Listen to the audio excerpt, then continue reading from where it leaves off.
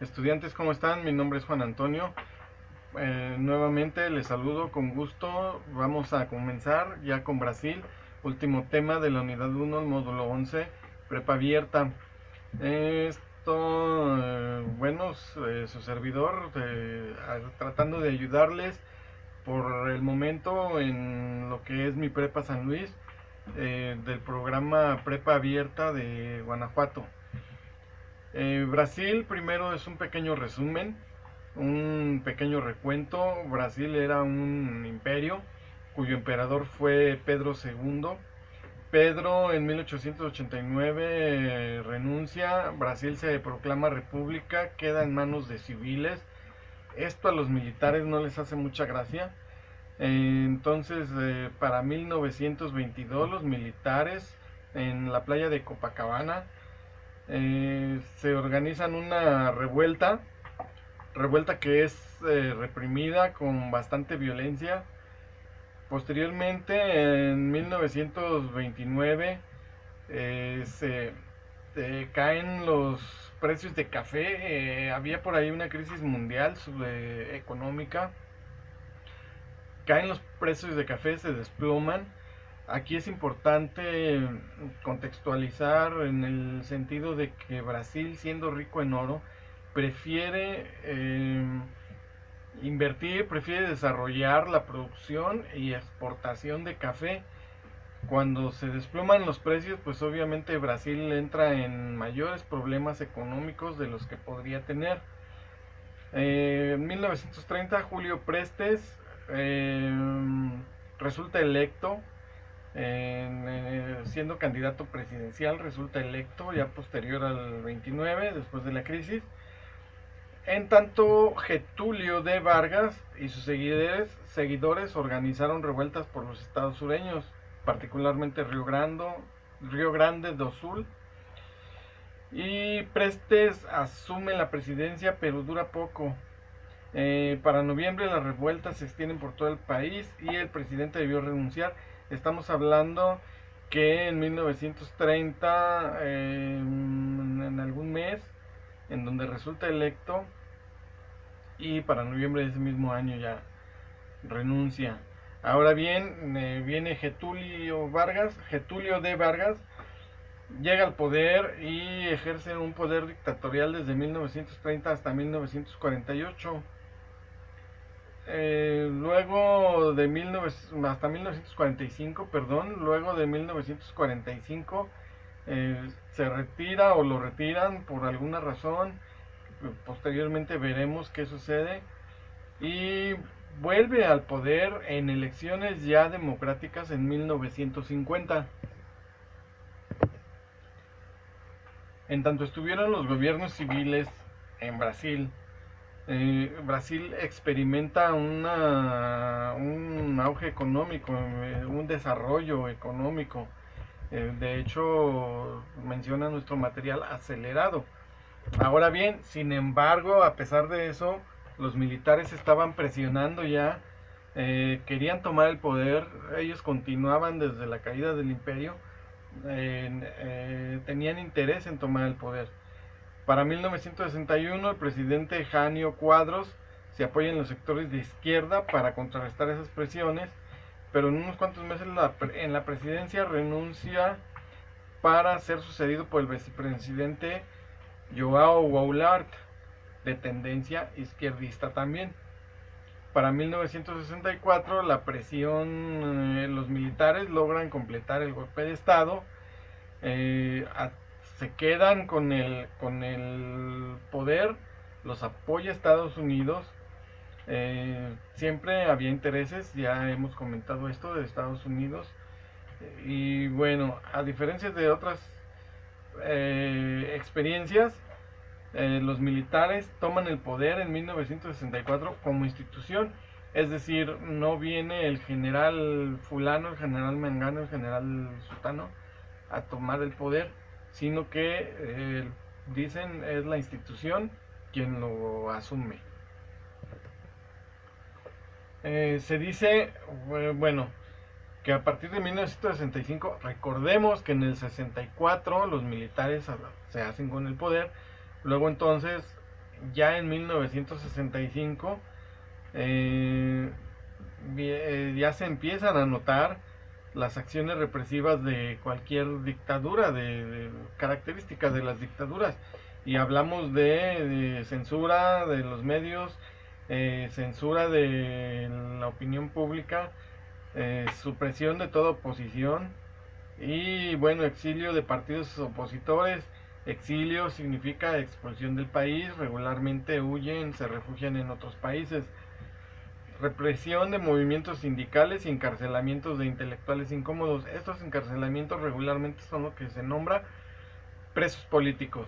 ¿Qué significa? Son personas que no están de acuerdo con los sistemas, con el gobierno.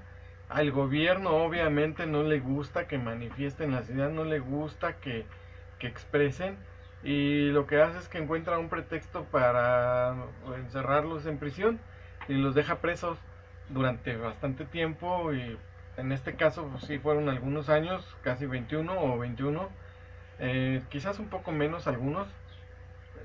Esta es la idea de un preso político. Más adelante, Alfred Stepan calcula que la dictadura militar argentina desapareció 32 personas de cada 100.000 habitantes. La uruguaya de la misma época, 1 de cada 100.000 obviamente, y la brasileña, 0.1. Se supone que bueno, era represión, sin embargo estaba más focalizada, estaba más justificada. Se habla de que fue una represión, digamos, moderada en términos de números, quizás no de prácticas, y lo que hace Alfred Stepan es compararla con otras dictaduras. Sin tratar de justificar a los militares en cuanto a la ruptura del orden constitucional, bueno, se entiende, se reconoce que los militares pretendían potenciar el crecimiento económico del país. También querían hacer de Brasil la principal potencia de América del Sur y una potencia mundial. También esto era compartido por los gobiernos civiles, esta idea, estas intencionalidades. Reforzaron las instituciones claves como el servicio diplomático y la banca de desarrollo. Servicio diplomático, bueno, son las relaciones con otros países, son los embajadores, son los cónsules, todas estas personas que en México estarían a cargo de la Secretaría de Relaciones Exteriores, son el servicio diplomático. Le llamaron, a causa de estos avances, a causa de este reconocimiento parcial que se le hace a los gobiernos militares, desarrollismo autoritario. Aquí quisiera yo mencionar, recordarles el libro de John Kenneth Turner, México Bárbaro, que era una crítica al porfiriato. Ahora bien, yo les decía también, tenemos esa opinión y tenemos las opiniones contrarias. Hay quienes le reconocen a Porfirio Díaz el embellecimiento de la ciudad, el impulso que le dio a los ferrocarriles y a la industrialización de México como país. Entonces, en este caso, hay quienes opinan que hubo un desarrollo que fue positivo, ciertos aspectos de esta dictadura, caso que yo equiparo a la dictadura de Porfirio Díaz en cuanto a opiniones de las que se pueden leer y escuchar. Nuevamente tenemos que la riqueza no se distribuye equitativamente, se queda en manos de unos pocos. La sociedad en general no se beneficia de los avances, del crecimiento. Tenemos también que mucha de la industrialización, problema común incluso hoy en día en México y en muchas ciudades, lo que hace es que se trae personas del campo hacia la ciudad. Entonces eso genera otro tipo de problemas. 1968 nos aparece en muchos países, si se dan cuenta, México tuvo un problema con estudiantes. En este caso, Brasil también, los estudiantes toman la iniciativa y entonces en Río de Janeiro organizan una manifestación que se llama Marcha de los 100.000. Otro detalle un poco ahí para abundar, investigar, ver qué es lo que planteaban, qué solicitaban, cómo se resolvió. Con el paso del tiempo, amplios sectores de la Iglesia Católica comienzan a ser críticos ante la dictadura. Esto ya es conforme la dictadura avanza. Luego la inflación supera el 100% anual para 1980, esto es reciente. Y Brasil se había convertido en el país con mayor deuda externa en el mundo. Comparémoslo con Argentina, si mal no recuerdo, que era un país con mucha deuda externa, el primero de América Latina, algo así, el cuarto mundial, incluso atrás de México, atrás de Brasil y México, decía nuestro dato. Estamos leyendo ahora que Brasil es el primero, supongo que México segundo, tercero, y en cuarto estaba por ahí Argentina, si es que no me falla el dato de que haya sido Argentina, precisamente de quien habíamos hablado en este sentido, ¿sí? Aparece un nombre, Luis Ignacio da Silva, Lula. Los que tengan por ahí una parienta que le digan Lula, pues ya la hicieron, se van a acordar de Luis Ignacio da Silva. Aquí está escrito así, Ignacio, acento en la A, no es mala pronunciación, ya ustedes lo verán una vez que lo lean. Luis Ignacio da Silva, Lula. Después adelante nos dice Luis Ignacio Lula da Silva, creo yo que lo apodaron Lula da Silva. Así lo han de haber llamado seguramente. Y bien, dice, gracias a estas presiones, ¿a cuáles presiones? Los estudiantes, los trabajadores también protestaron porque tenían bajos salarios debido a esta inflación que había, no les alcanzaba. Luego entonces la facción blanda de los militares, que estaba liderada, que lideraba en 1979.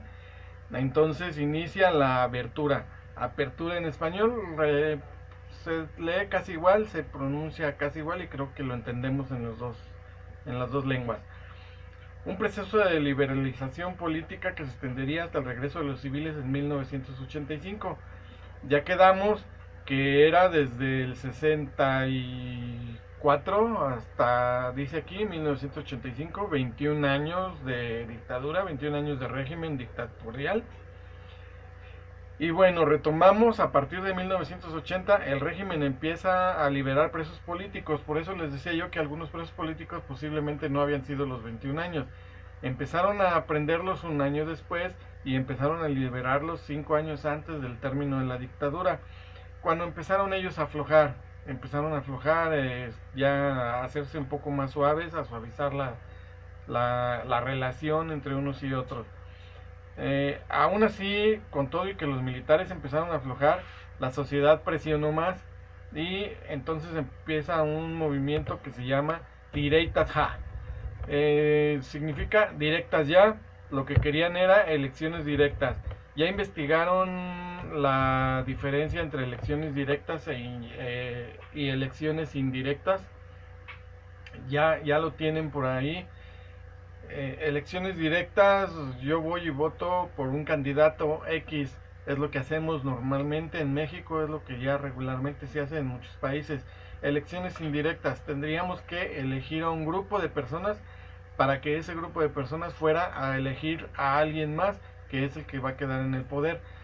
Estas serían las elecciones indirectas comparadas con las directas. Entonces ellos pedían directas ya. Sí, aquí hay personajes involucrados en estos movimientos de directas ya. Ulises Guimaraes, Tancredo Neves, Franco Montoro, Fernando Enrique Cardoso, José Serra, Luis Ignacio Lula da Silva, aquí nos aparece nuevamente Lula da Silva, Leonel Brizola. Además de los políticos, el movimiento incluía artistas de la talla de Milton Nascimento se dirá, ¿sabe? Gilberto Gil y Chico Buarque de Holanda. Entonces, con este movimiento, para 1988 se aprueba una nueva constitución que legaliza las elecciones directas. Aunque el gobierno civil, aunque los civiles se hacen del gobierno para 1985, finalmente es hasta 1988 cuando se aprueba esta constitución que legaliza las elecciones directas. Posiblemente ya lo hubieran hecho antes, sin embargo no eran legales, aún así lo dejaron pasar. Cuestión de investigar nuevamente, no lo sé, simplemente lo imagino. De alguna manera llegan al poder con alguien a la cabeza. 1989 se efectúan las primeras elecciones presidenciales directas desde 1961 y Fernando Collor de Mello fue elegido por un mandato de 5 años. Nos dice que hasta 1961, entonces estamos ya queriendo sobreentender que llega alguien a la cabeza de los movimientos, se instala y en tanto se hace todo el proceso legislativo. Ahora bien, este Collor de Mello en 1992 es sometido a juicio político por corrupción, siendo que fue elegido por un mandato de 5 años, no lo terminó porque fue sometido a juicio político. Como que en algún país hace falta algo como eso. Digo, no creo que en México no sucede, no hay corrupción, ni menos de los altos mandos. Yo creo que en algún otro país. Terminamos con el resumen de Brasil. Siguen actividades 38, 39 y 40. Hay que poner atención, hay que releer. No importa si se regresan a releer para resolver la actividad, lo importante es que cuando tengan su actividad, esa actividad que desarrollaron les sirva ya como resumen, les sirva ya como guía.